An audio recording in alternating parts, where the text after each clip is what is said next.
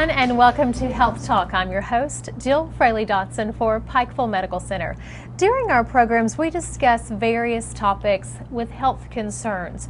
We feature physicians, nurses, PMC staff, and today we have a very special treat for you. We have a lot of doctors that we have on the show, but today we're going to visit with some patients who have taken the services of weight loss surgery at Pikeville Medical Center within their own lives, and we're going to talk about their successes and their story. We have three guests with us today. Let me introduce to you Mashawna and Joe Jacobs and Corey Harris. Good day, everyone, and welcome to Health Talk. Thank you so much for taking the time to sit down with us today, because all three of you have amazing stories, and I can't wait for our audience to hear exactly what your journeys have been like. Mashawna, we're going to start with you. You're in the middle, so we're going to start there. Ladies first, right? Mashawna, obviously you look amazing. Well, thank you. I mean, really amazing. I'm so excited to hear about your story. We have a before and after picture of you. That's how we're going to start. We're going to go back 2 years. And the picture that we're going to see is 2 years ago. And then we can obviously see you sitting here today. You are not the same person. No. No, you're absolutely not. How much weight have you lost? I have lost about 115 pounds. 115 pounds. Over how long? What is the time span? Well, my surgery was 2 years ago, but the majority of it was lost within the first year. Within the first, yeah, the first the year first there. Probably 8 months is when I lost the majority of it. You're in the beginning of your journey, you didn't start seeking out a weight loss program. No. So what happened? I had severe acid reflux. Okay. So much so that it was eroding my esophagus. And one of the last EGDs before I did surgery, the gastroenterologist I was going to at the time actually told me when I went for my post-op, he said, I honestly thought I thought that the biopsies would come back cancerous because it was eroding so bad. So I actually came to Pikeville, was getting a second opinion from another gastroenterologist up here, and he sent me to Dr. Johnson as a referral for a different surgery, and it was to help with acid reflux.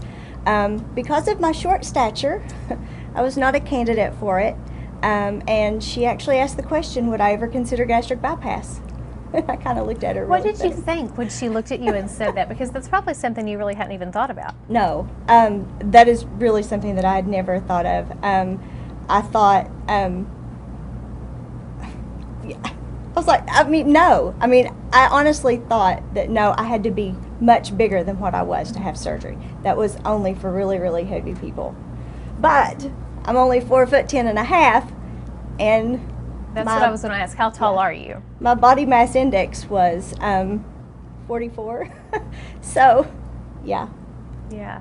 So through the course of just, I guess, counseling when talking with Dr. Johnson, you decided this was the best option for you. When I started out the journey, I had it in my mind that I could always back out at the end of the 6 months because I had a 6-month process. Mm-hmm. But I couldn't get up to the date and say, oh, I wish I'd done it. Right. But, with doing all the research, the program that they do up here prepares you for so much. And so the research and everything that I did, it was kind of like a given that you were going to do it and not back out. Yeah. Ups and downs. I know there's been a few things, ups and downs, but would you do it again? I would do it again in a heartbeat. Yeah. I think one of the downsides is you don't realize how much society revolves around food. Yeah. Until you're giving it up. Mm-hmm. This was even beforehand because, we prepared for, smaller portions and things like that. And it absolutely amazed me because I can remember getting angry at one time thinking, is that all we all do is eat? Right. Because, planning parties, planning, everything. Everything revolves around food. Lunch dates, anything like that. It really does. Our society does all revolve around food, and such a big change in your life that you had to go through, learning to do your portions differently and what you could and couldn't eat. I know there are some regulations and things that you can and cannot have. So it's a massive lifestyle change. It is. And it's a mindset. People think that when you have the surgery that it's a quick fix, and it's not. It's a mindset. You use it as a tool. We were told to use it as a tool. It's a tool for weight loss, and you've got to, I mean, you have to stick with it. So in the beginning, I'm sure that everyone who has this procedure, be it gastric bypass or the sleeve, and we'll talk about that too, sets goals. So I'm sure you had like an aha moment that you knew that you were going to meet your goal. Talk a little bit about that time when you knew you were almost there. I was shopping with my daughters, and there was a pair of jeans.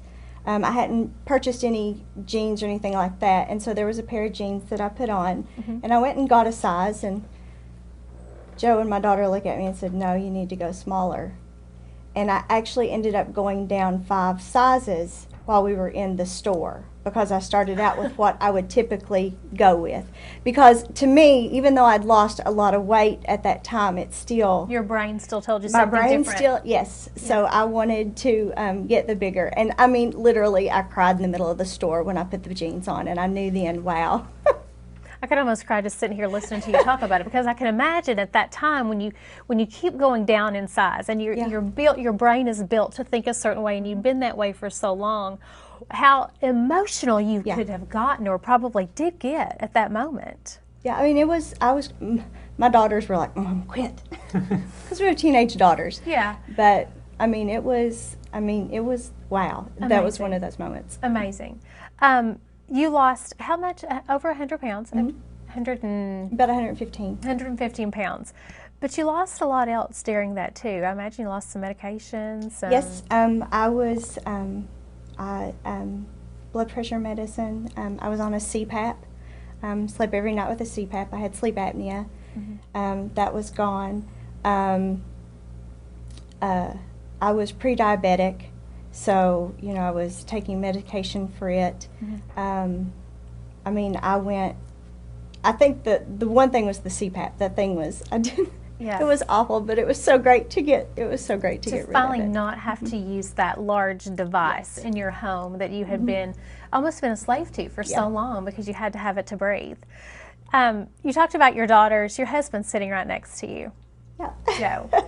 And Joe also had bypass surgery. Joe, talk a little bit about your journey. When did you start? Was it after Mashawna decided she was going to have the surgery and start her time, or was it before then? I had always kind of thought that surgery would be an option for me somewhere down the road, but it was one of those things that I just kept putting off and thinking that eventually I may be able to do that. And her going through the process really spurred me on to start looking into it in a more serious way. And so while she was doing her preparation, I started doing the research and thinking about that as a possibility for myself. And then we staggered our surgeries about 6 months, so we were at different points in the process. But that really watching her go through it is what gave me the impetus really to pursue it. Yeah. Now we have a before and after picture of you too. We're going to show you that on your screen. That is absolutely amazing. You're not even the same person sitting in front of me at all. All three of you are not the same people, but did you, like Mashawna talked about the mindset that you have from a certain weight to where you are now. Did it take you a while to get comfortable with different sizes? Maybe the way people looked at you differently? I'm still not comfortable. I've been heavy for most of my life. I started gaining weight in about the 2nd grade. So I have never been this size as an adult, and it's so different. Things that you take for granted about the way your body works, about the way the world works, have really shifted significantly, and sometimes it's still hard to adjust. I imagine so. Like you said, it is a total mindset, and I keep going back to that. But as I sit here and look at you, all three of you, and I've heard a little bit about your stories before we began today, it still kind of blows my mind in a way to know where you were and where you are now, and how differently you must feel as people in so many different ways.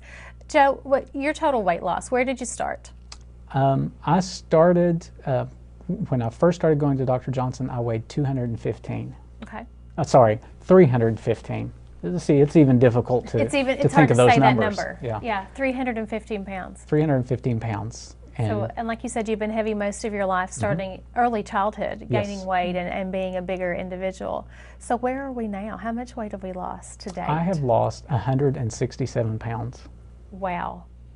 167 pounds. And over the course of how long? I know Mashawna's is about 2 years. Mine was about 2 years because since we staggered our weight loss journeys, I started the diet and exercise and preparation period before surgery. So before surgery, I lost about 65 pounds to get ready. Okay. But I imagine that the two of you doing it together was a big benefit. Oh, absolutely. Yeah, absolutely. And you kind of kept each other in line, I would say, too, because as a married couple, I know, you know, husbands and wives, they always kind of go back and forth and make sure everybody's on the same page. But it's such a good thing to have a support system. Yeah. So what else did you lose, Joe? Because I asked Mashawna what she lost. What other kinds of things did you lose? I had severe sleep apnea, so I lost my CPAP. Okay. You both were on CPAP. Okay. And I also had high blood pressure, high cholesterol. I was seeing a cardiologist. I was taking probably a total of an average of 6 to 8 pills a day, and I lost all of that medication. I take nothing now except for vitamins and normal supplements. So children, you have how many children? We have 3. You have 3 children. What was it like for them watching this process? Because you mentioned you have teenage daughters. We have 3 girls. For them, the process, I think it was very interesting because they were able to see, you know, us go from not being able to do much because of weight to now we were able to be more active with them and things. One of our daughters in particular, and I'm not going to mention which one, had a really hard time when I started getting smaller than she is. And it's just because she's taller than I am. I mean, I'm short. And so for her, it was a now she's learned the benefits of it because she gets to wear mom's clothes too. Right, so well, you can all share. Yeah, that's exactly that's a great right. thing. So, but it was different for them. I mean, it was all 3 of them adjust. It was like they all 3 went through different journeys as well. You both had gastric bypass, and would do it again. Absolutely. Without question. Because there, like we've talked about, there are a lot of adjustments that you do have to make, and there are things that in your life that you didn't think would happen that have happened. So I want to ask, the last question I want to ask the both of you, how has your activity levels changed with the things that you do now in your life as opposed to where you were 2 years ago? Oh, wow.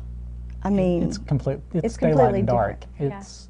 There are so many more things that we do now that, you know, we took for granted that we were sedentary before. Right. And now we are more active, and we don't even really have to think about it. We're just naturally more active. We have the energy. We want to be out doing things, and we go do them. You don't want to sit. No. Right. And it's not an excuse anymore. Yeah. And it's amazing. It's totally different. You know, even before, you know, I always liked to hike, and I did a lot of it even when I was heavy. And now I do probably about as much hiking as I did before, but it's completely different because, you know, you used to look at those steep trails and it would take a long time to get up to the top of them, and now it's like I'm flying to the top of that Can't mountain. wait. Yeah, See how long it takes you. Absolutely, The because grimace now isn't there at the beginning, but it's like, how long is it going to take me to get there? yeah, it's more, I can sprint up a hill now, and it's just a completely different feeling, and it totally changes the amount of things that you can do and the quality of the things that you're doing. Amazing. Like I mentioned, you both had gastric bypass. Now, our other guest, Corey, hey Corey. Hello. Corey Harris chose a different procedure. You chose the sleeve procedure. Yes. Why not the gastric bypass? Why did you choose the other option? Originally, that was the option, but as I spoke to Dr. Johnson, she said, I think you'd be a good candidate for the sleeve. Okay. So she kind of talked me into having the sleeve, and that's the main reason I went with that. It was kind of her recommendation for you. So let's talk a little bit about your journey. You are a really really big loser. And I say that, listen, I say that with all of the respect I can muster, because when you tell somebody that they're a big loser, this is the epitome of what that is. How much weight, Corey, have you lost to date from your sleeve procedure, where you were until today? Right around 250, just under 250 pounds. I really don't even know what to say, because I look at you and I think, you're a pretty tall guy. Yes. How tall are you? 6'5". You're 6'5", and at your heaviest you weighed? Just under 500 pounds. Just under 500 pounds at 6'5". Yeah. I can't even begin to imagine how differently you feel. Joe and Mashawna, we talked about how they felt differently, but at 500 pounds, and a young guy too, you're just in your 20s, how has your life changed? It's changed pretty drastically. I imagine there's a huge long list of differences. Kind of like they said, my energy level and activity levels are just, I don't want to have to sit in the house anymore, that kind of thing. I was talking to Carol on the way over. Right. We walked over from downtown, and I said, a year ago I probably would have been like, I'm not walking over there, I'll drive over there. So. Well, and that was going to be, because, we talked before, and you told me your journey just started a little over a year ago. Yeah, I'm just under 15 months. Just under 15 months, and you've lost over 250 pounds. And I keep just stopping and looking at you thinking, I can't imagine you at 500 pounds. Not a bit. Talk a little bit about how your eating habits may have changed, because gastric bypass is much different than the sleeve. It's not as complicated, I guess, is what the word would be. So what have you changed? Portion size obviously is one thing that they stress in the beginning, but that was kind of the mental thing going into this. I was like, I won't be able to change my eating habits up that much. But then after I'd been through it and began eating again, once they start introducing stuff back in your diet, it's more of a mental thing. Right. Before. It keeps going back to that. We've stop eating, that's just a mental thing. Once you kind of, I guess, purge the system of that thought process, it was a lot easier to control what I eat, how much I eat. That stuff now is kind of second nature. Take me back to your childhood. Were you a heavy child? I wouldn't say I was a heavy child. I was really active all throughout school. I played sports, played college sports here in Pikeville, and I played a year of football here at UPike. And after a knee injury, I stopped playing football, and that's really when I put most of my weight on. I was in the lower 300s, around 300 pounds in my senior year and my freshman year of college, but it was, I guess, I was more athletic then. It wasn't all, I guess, heavy weight, that kind of thing, fat, I guess you'd say. But after that, I came home from that year of football, and that's when I really put everything on. I stopped being as active as I'd been, and that's when I really started gaining weight. At what point did you decide that maybe you need to seek some help with your weight issue? Actually, a few years ago, I had thought about this before, and I was going to go with a lap band. I'd already started the process of the 6-month process, like she hit on earlier there, and somewhere in there I was like, I can do this myself, I think. And so I didn't follow through with it, and then just gained more weight. And so I actually went to the doctor for another reason, and got on the scales that day at the doctor's office and was like, oh my gosh. Yeah. And so a different kind of aha moment. Yeah. And when I spoke to the doctor that day, he was like, what are you here for? And I was like, forget that. We need to talk about this weight problem I've got. This issue. And so he referred me to Dr. Johnson, and that's kind of where I started. And then she was able to determine what was the best procedure for you to have. Corey, how old are you? 29. You're 29 years old. So we're, so you're 7, maybe when this started, 28? 28, yeah. Okay. You talk about, being a very active child, and then going to the point where you're in college and being active, and then one day you just can't anymore. That's a big adjustment to make. And then when you start to see the weight come on, I imagine that you could almost get into, I don't know if I want to call it a depressed state, but a state where you just don't think that you really want to do anything, where you're just sedentary, like Joe said, and you probably had never been that way. No, but it's true. It does. You get to a point where you're like I said earlier, I don't want to walk over there. I'm not going to walk over there. And all my friends were doing stuff like hiking and all this other stuff, and I was like, I don't know about that, or you know, Yeah. that kind of stuff. So. So now, we haven't seen your picture yet. So we're going to see your before and after picture, or before when you were at your heaviest, nearly 500 pounds. Wow. That it's just still, it's tough to look at because you can't imagine. I still look at the three of you sitting here and the people that we've seen now, the before pictures, almost unrecognizable completely. Unless you just look into somebody's eyes, it's hard to see after they've lost that much weight that soul and that person is still there. Although this part has changed, it's still, like Mashawna, you said, it's a mental thing that you have to learn to adjust with. And I think that's something that all of you and many other weight loss surgery patients have gone through, because you have been a certain way for so long, and now you're adjusting into a new way of reclaimed life. I mean, you literally have your lives back, and undoubtedly many, many more years of life than you would have had you not seen Dr. Dotson and had these procedures in their own respect, and changed your lives literally. Corey, I know that you probably get all the time, like, who's that guy? You know, the oohs and ahs, all of you probably do. I mean, it's just, how do you respond to people when they just look at you kind of like I have, like, really? You've lost that much weight? Honestly, it shocks me sometimes too, Yeah. to see older photos. I mean, a year ago, not even older photos. I saw some photos just last week from vacation last year. Yeah. And I was like, goodness. And I just didn't even realize that I was that heavy. You Yeah. just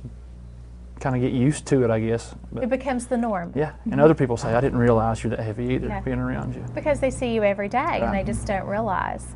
And then I think about the three of you sitting here not looking like you've ever in your lives had any kind of weight problem.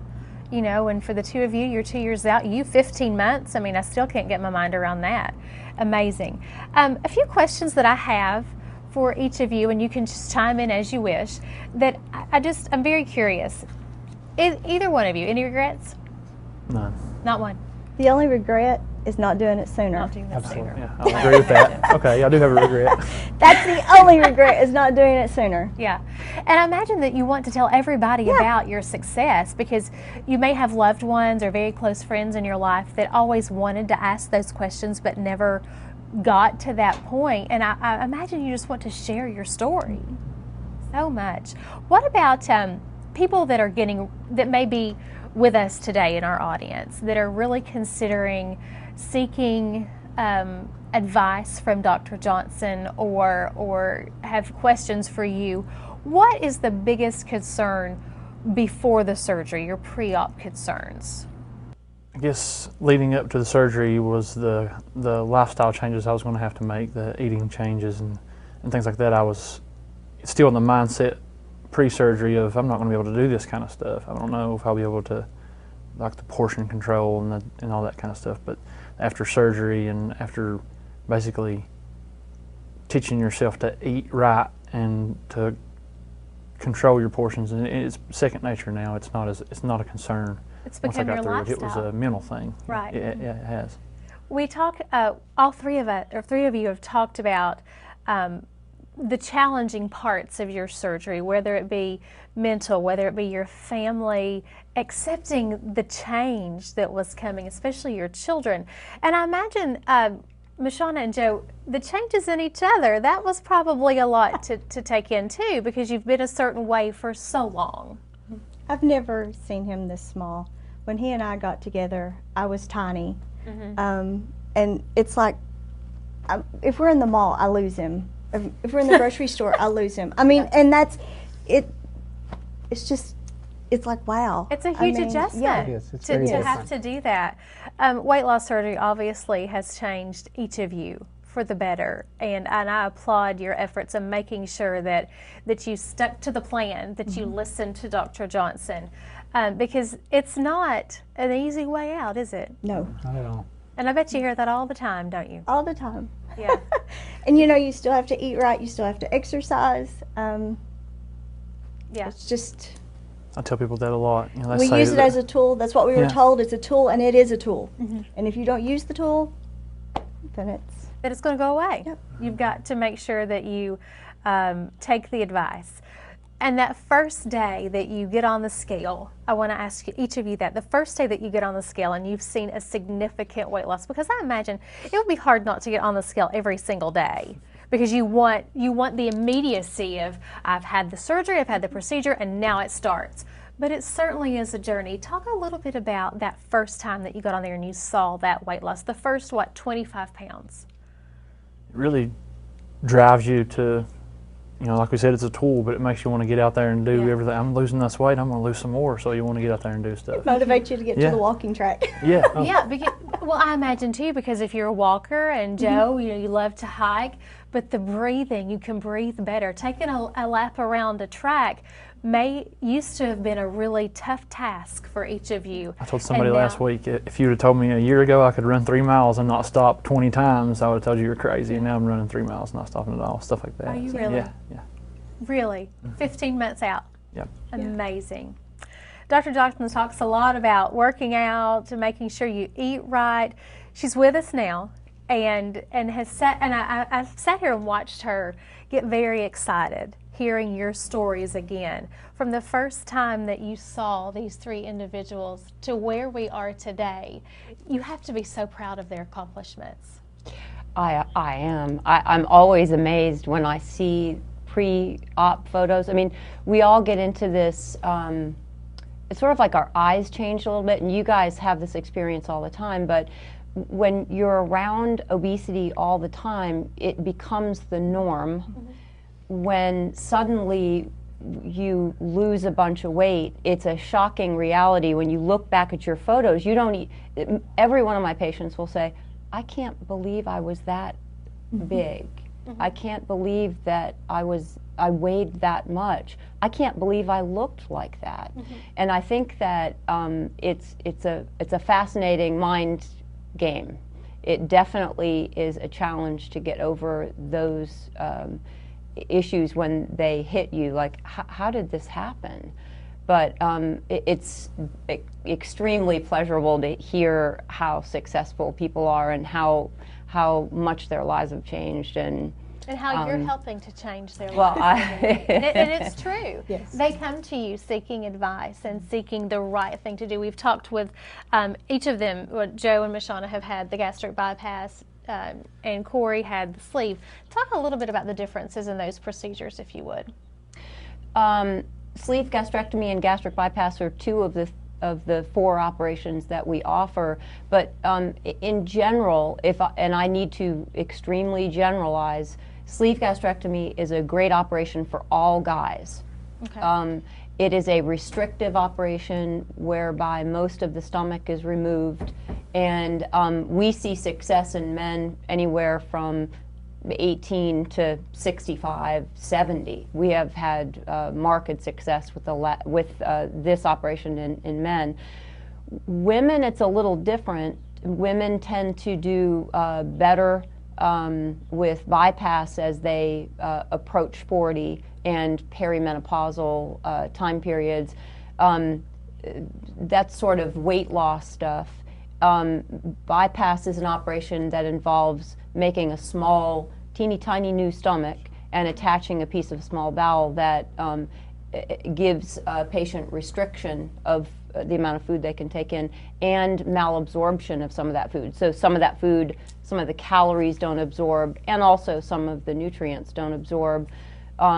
The procedures carry with them the same risk perioperatively, but long-term they carry different risks. And I think with the increased effectiveness of bypass with middle-aged and older people and people with diabetes, you do take on a little bit more risk, whereas with sleeve patients who possibly don't have diabetes and are lower age group, they have less risk late.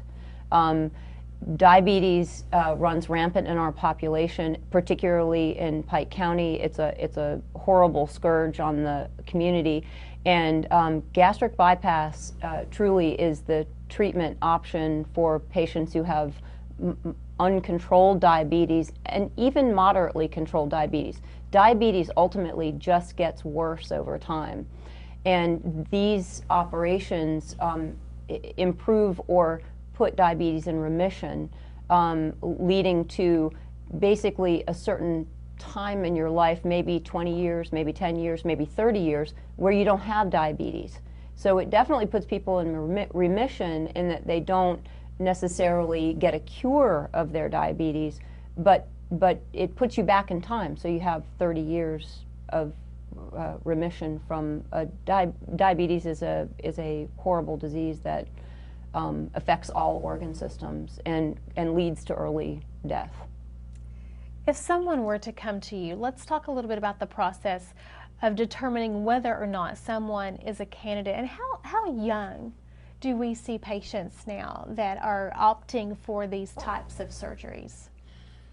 Well, we see patients at all age groups, but we only operate on 18 and older. There are groups in Cincinnati that operate on folks younger than that.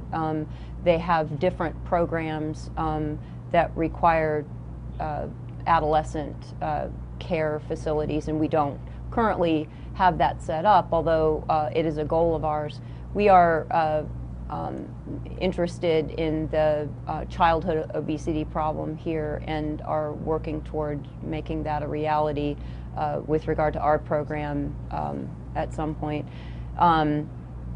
We see, so we operate on 18-year-olds, and we will see patients as we don't have an upper age limit. We have an physiologic upper age limit in that we don't want to operate on somebody who's too sick and too elderly to do.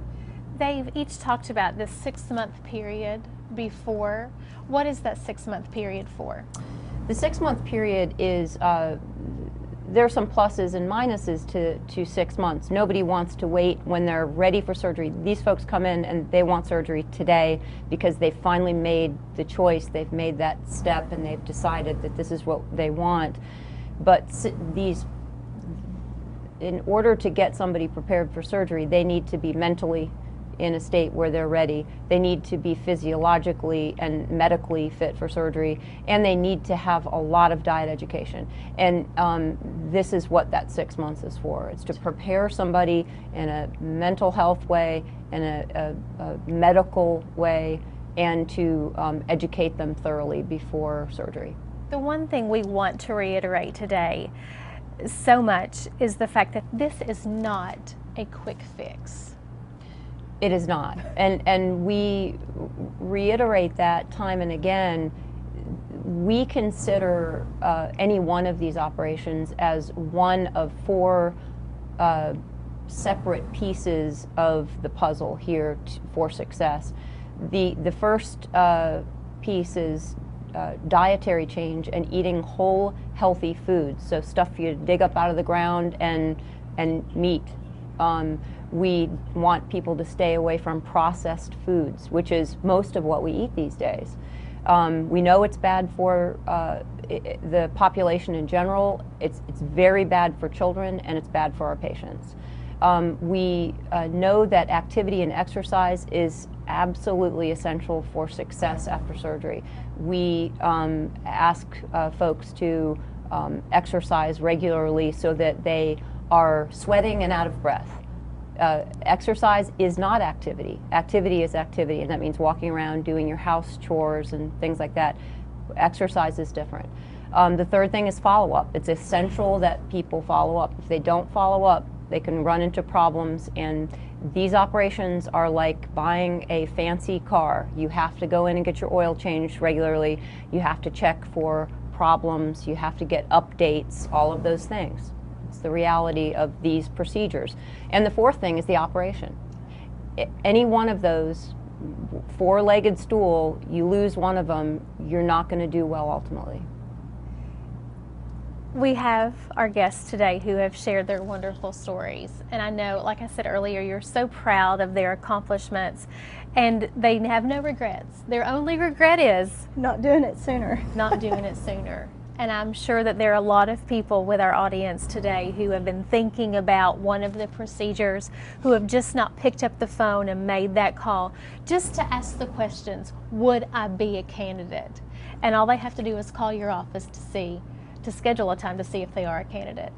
They can, and we have actually made things a lot easier in terms of educating yourself initially with this by watching a video online. We have a seminar that you can watch online, and then you can make an appointment and come in. We also meet once a month and have a seminar in the clinic building on the 10th floor, a Tuesday a month, so that folks can ask questions of me. I mean, a lot of people have questions as to whether or not they are candidates, or whether or not they've had a certain operation that would eliminate their ability to have surgery. And we recommend highly that they come in, even if they've watched the video. It's very helpful because they get us right in front of them, both the dietitian and myself, to answer any kind of questions they have. Dr. Jamie Johnson, thank you so much You're for what you do and changing lives. And that's exactly what you do. You give people their life back. So we certainly appreciate you being part of Pikeville Medical Center. And I know these three individuals here cannot thank you enough, and certainly you are indebted to her. But I just want to congratulate each of you on getting your lives back, reclaiming your lives, extending your life for your families and those that love you so much. You have a big, bright future ahead of you. And if you're with us today and you have questions about weight loss surgery at Pikeville Medical Center, it's very easy to call and get those questions answered. All you have to do is dial 218-6358, and we will certainly answer any questions you may have. And of course, ask when the services are, that they can come to one of your seminars, Dr. Johnson, and ask those very important questions. Everyone, thanks so much. It's been a wonderful time spent today, and I appreciate you being with us on Health Talk. This has been Health Talk, a service of Pikeville Medical Center, proud member of the Mayo Clinic Care Network. For today, I'm your host, Jill Fraley Dotson. Thank you for watching.